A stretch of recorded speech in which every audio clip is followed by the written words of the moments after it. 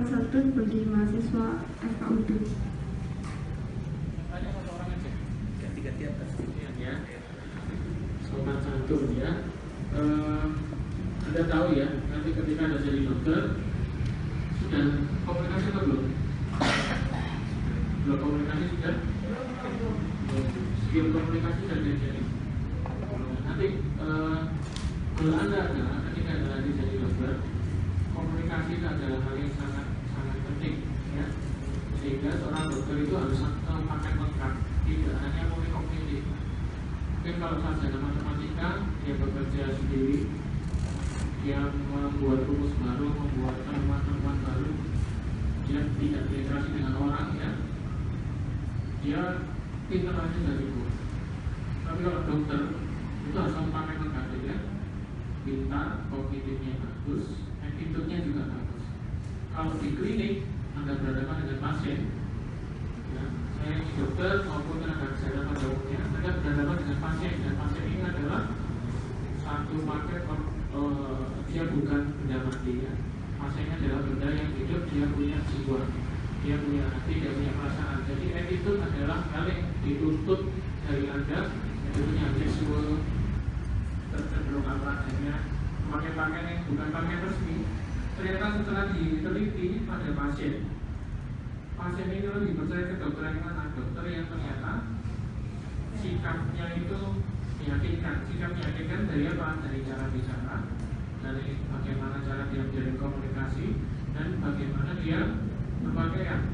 Jadi oleh karena itu sopan santun sebagai mahasiswa, kita mulai dari sejak ini ada standar pakaian mahasiswa ya, dan itu harus itu memang sangat dinamis. Jadi ya, saya tidak bisa menjustifikasi mahasiswa ini kurang sopan, mahasiswa tidak. Tapi prinsipnya adalah sesuai yang ada di aturan ya, aturan yang Anda lihat di kantor itu, tidak boleh menggunakan pakaian terlalu ketat. Ya, itu adalah standar-standar kesopanan umum.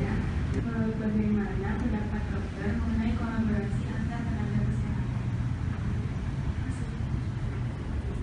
Khusus di akhir semester, yaitu kita mempertemukan semua jurusan jadi satu.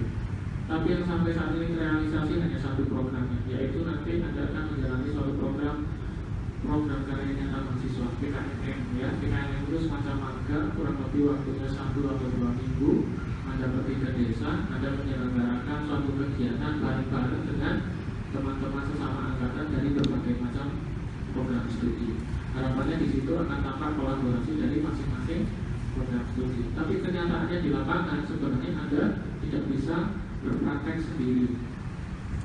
Dokter praktek sendirian tanpa perawat bisa. Apalagi di rumah sakit. Masa dokternya mau jaga 24 jam menyuntik setiap 8 jam mau? Ada tinggal bilang 3 kali 1 ya, disuntik injeksi. Berarti Anda harus menyuntik tiap 8 jam. Berarti Anda harus ke rumah sakit terus, tidak mungkin. Ya. Terus ketika di dalam satu rumah sakit pasti ada ahli gizi.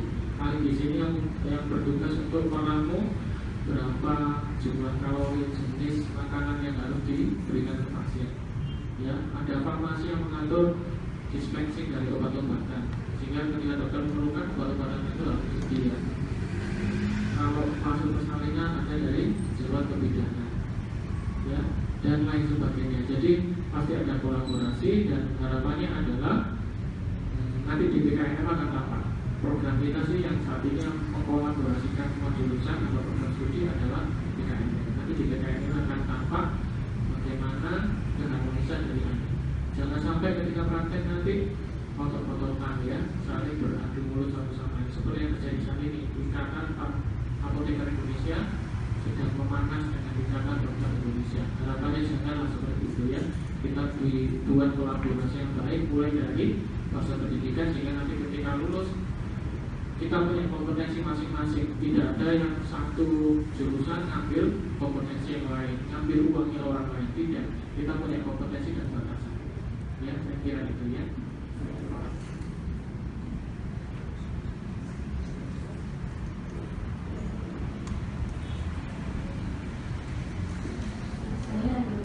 Dari berbagai macam jurusan, harapannya Pak Rupi ini akan melahirkan calon-calon pemimpin yang baik.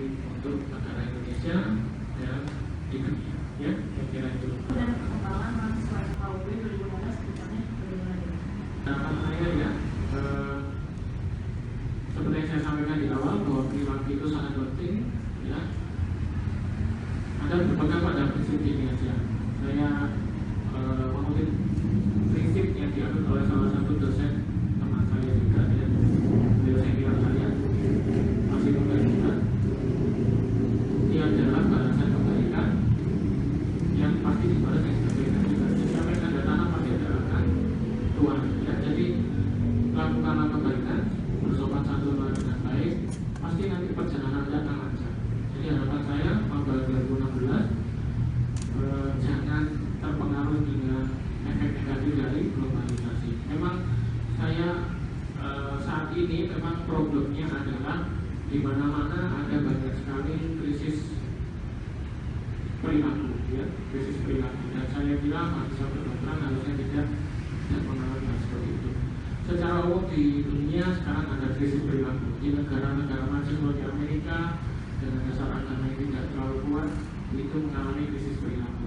Harapannya remaja-remaja ini yang dimana sekarang di era gadget, ya, era gadget, era keterbukaan informasi, Anda bisa melihat perilaku dari luar.